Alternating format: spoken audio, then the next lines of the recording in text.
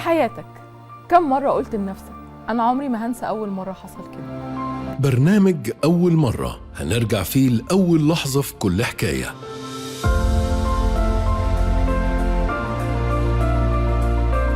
أول مرة اشتغلت، أول مرة وقفت قدام ميكروفون،